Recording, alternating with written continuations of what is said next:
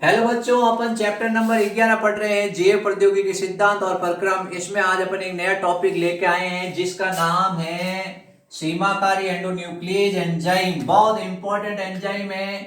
कई बार ये हर कंपटीशन के अंदर सवाल आता है। प्रतिबंधन एंडोन्यूक्लियेज एंजाइम किसे कहते हैं, या रेस्ट्रिक्शन एंडोन्यूक्लियेज एंजाइम किसे कहते हैं। रेस्ट्रिक्शन एंडोन्यूक्लियेज एंजाइम किसे कहा जाता है, ठीक है। रेस्ट्रिक्शन एंडोन्यूक्लियेज एंजाइम किसे कहा जाता है, ठीक है।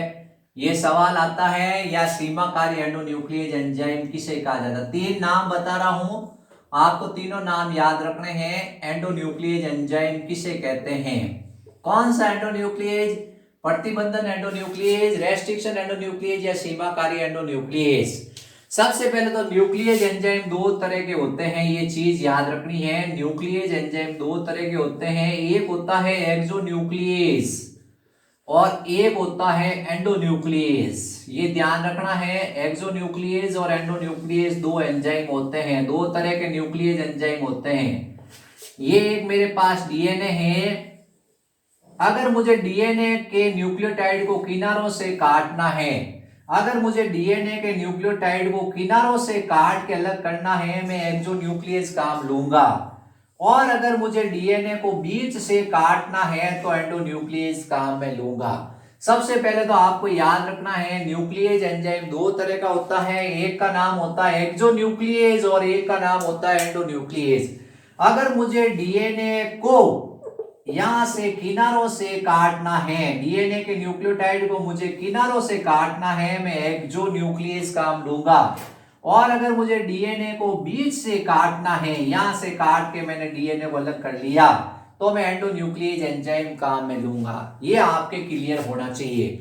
फिर उसके बाद ये जो एंडोन्यूक्लियेज एंजाइम है, जो सीमाकारी एंडोन्यूक्लियेज है, उसको आणविक कैंची के नाम से जानते हैं या इसको चाकू के नाम से जानते हैं। इसको डीएनए का चाकू कहते हैं या डीएनए की कैंची कहते हैं। इसको डीएनए का चाकू या डीएनए की कैंची के नाम से जाना जाता है, सीजर या नाइफ ऑफ डीएनए।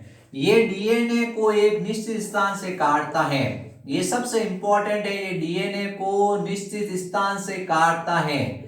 ये डीएनए को निश्चित स्थान से काटता, हर जगह से नहीं काटता है, जहां से काटता उसको अभिक्रिया स्थल कहते हैं। अब अपने पूछा जाता है कि ये प्रतिबंधित एंडोन्यूक्लियेज एंजाइम कहां पाए जाते हैं।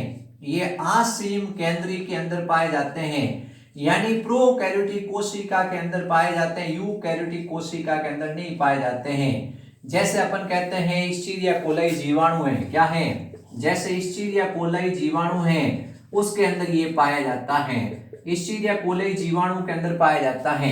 जैसे हीमोफाइलस इन्फ्लुएंजा जीवाणु है, हीमोफाइलस इन्फ्लुएंजी जीवाणु है, इन्फ्लुएंजी, इन जीवाणुओं के अंदर ये पाया जाता है। थर्मस एक्वेटिकस जीवाणु है। और इसी तरह से जितने भी जो जीवाणु हैं उन जीवाणुओं के अंदर ये पाए जाते हैं। सबसे पहले आप बताओ, ये डीएनए को निश्चित स्थान से काटता है, ये आसीम केंद्रीय जीवों में पाए जाते हैं, प्रोकैरियोट्स में पाए जाते हैं।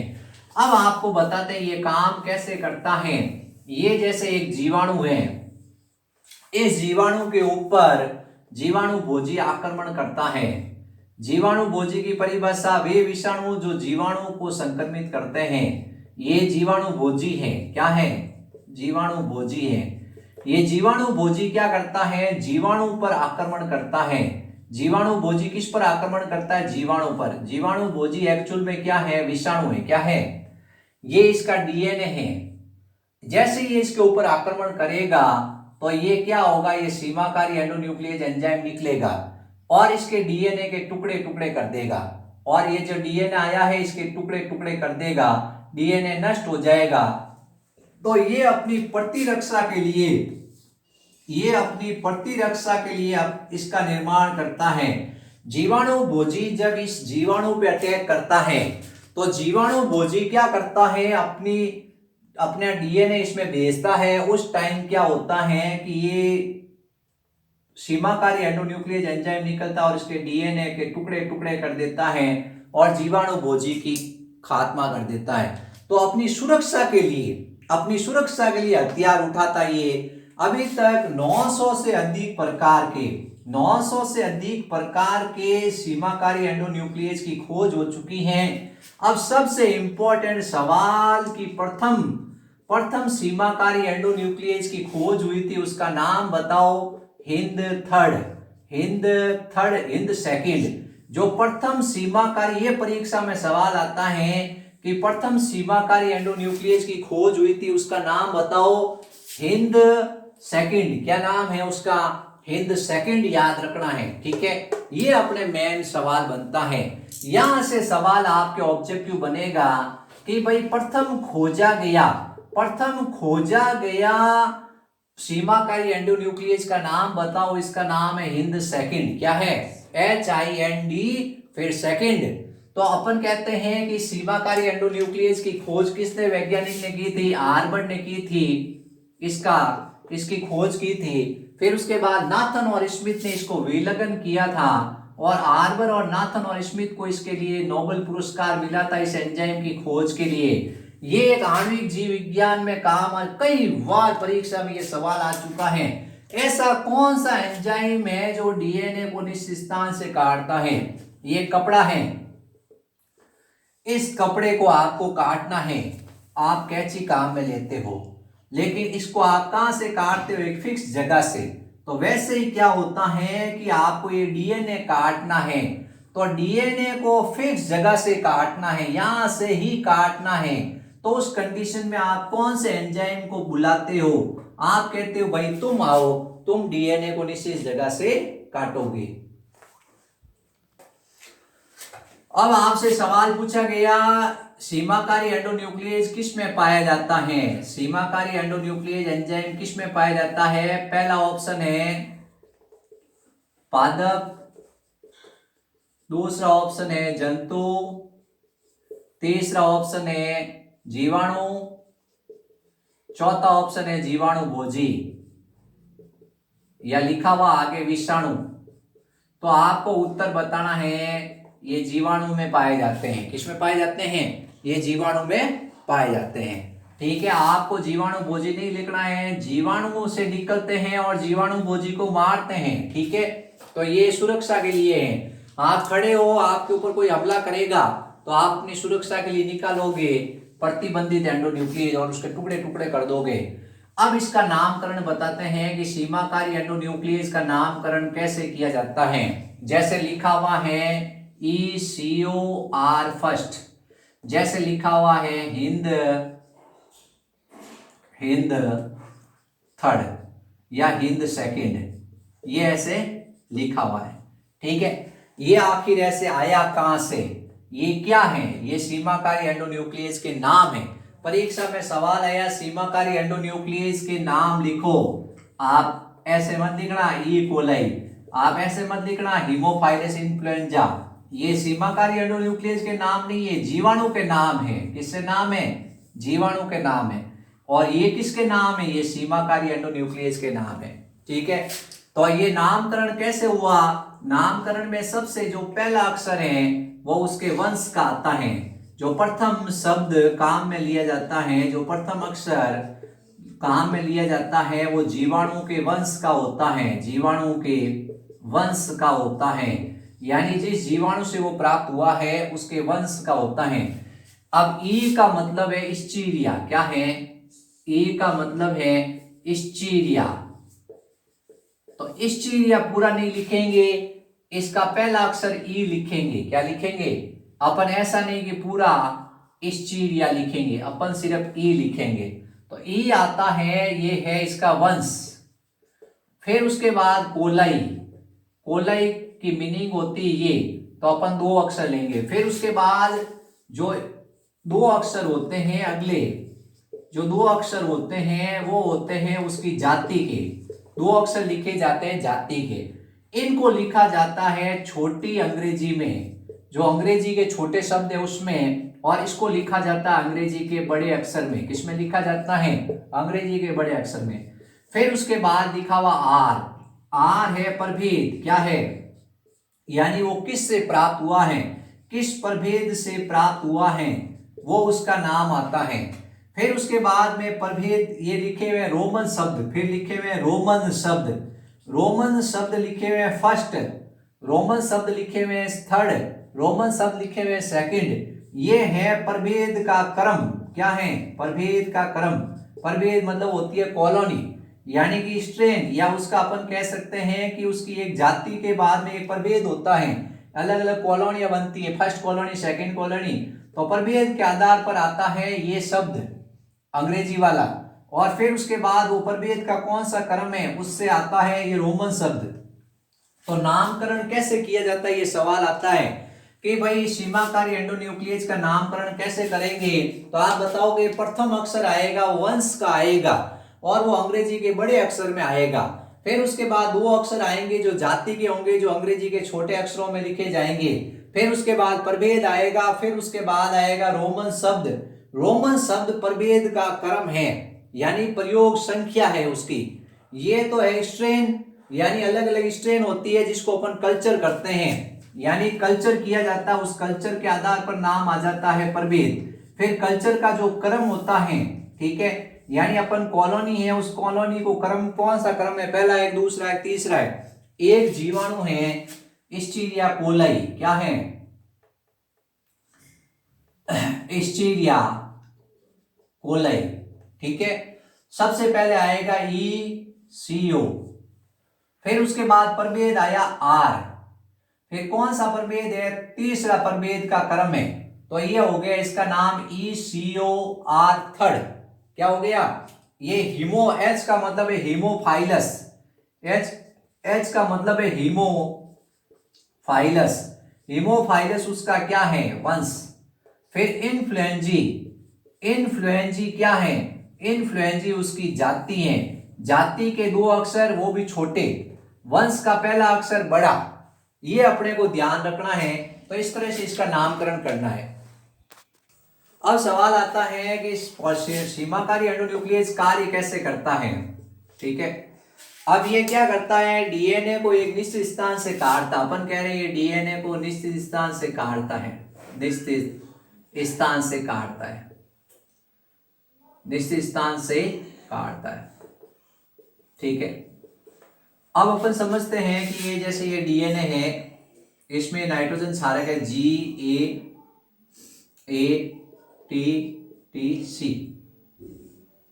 GATTC, ठीक है। इसको अपन कह सकते हैं गाटा सी, गाटा सी, गाटा सी। फिर इस जी के सामने आपको पता ही है सी आता है, ए के सामने क्या आता है, टी आता है, ए के सामने टी आता है, और टी के सामने ए आता है, टी के सामने ए आता है, और सी के सामने जी आता है। इसको अपन कहते हैं सीटी टांग, सीटी टांग लिख देते हैं, ये लिख दिया सीटी टांग, ठीक है। ये क्या है, ये नाइट्रोजन क्षारक का क्रम है। अब ये क्या करता है कि ये सीमाकारी एंडोन्यूक्लियस है, जैसे E पूरा R फर्स्ट, इसको कहा भाई तुम काटो, तो ये क्या करेगा कि G और A के बीच से काटना शुरू करेगा। ये G और A के बीच से काटेगा, टक टक टक टक टक टक टक टक टक टक टक टक टक टक, ये काट देगा। ये अलग, ये अलग, ये डीएनए क्या हो गया, अलग हो गया, और ये डीएनए अलग हो गया। तो ये कहां से काटता है, ये G और A के बीच से काटता है, ये GAATTC, और ये ऐसे याद करना गाटा, फिर सी, गाटा सी, और यहां याद रखना सीटी टांग। फिर ये क्या करता है, ये जैसे एक दूसरा जीव का डीएनए है, इसमें वही अपन लिख देंगे गाटा, गाटा सी, गाटा सी लिख दिया, गाटा सी। जी के सामने आप इसको सीटी टांग, सीटी टांग, TAAG, ये सीटी टांग, ये एक जीव का डीएनए, एक जीव का डीएनए ये है, एक जीव का डीएनए है। ये फिर कहां से काटेगा, G और A के बीच से, G और A के बीच से, टक टक टक टक टक टक टक टक यूं काट के ये इसको अलग, ये अलग, ये अलग। अब क्या होगा, ये इस जीव का डीएनए है,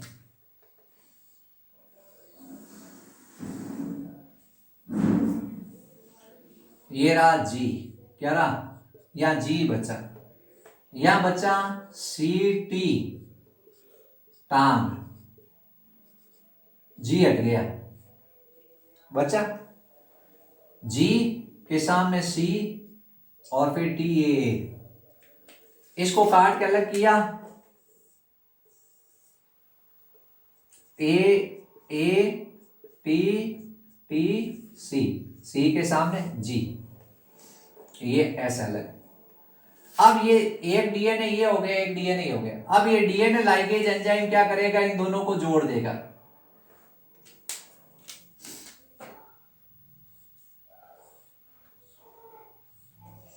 ये जी, फिर सी, फिर टी, फिर टी, फिर ये हो गया। और ये वाला लाल वाला आ जाएगा इधर, टी के सामने क्या आएगा, ए के सामने, टी के सामने ए, थोड़ा बड़ा बनाता है साफ साफ दिखे,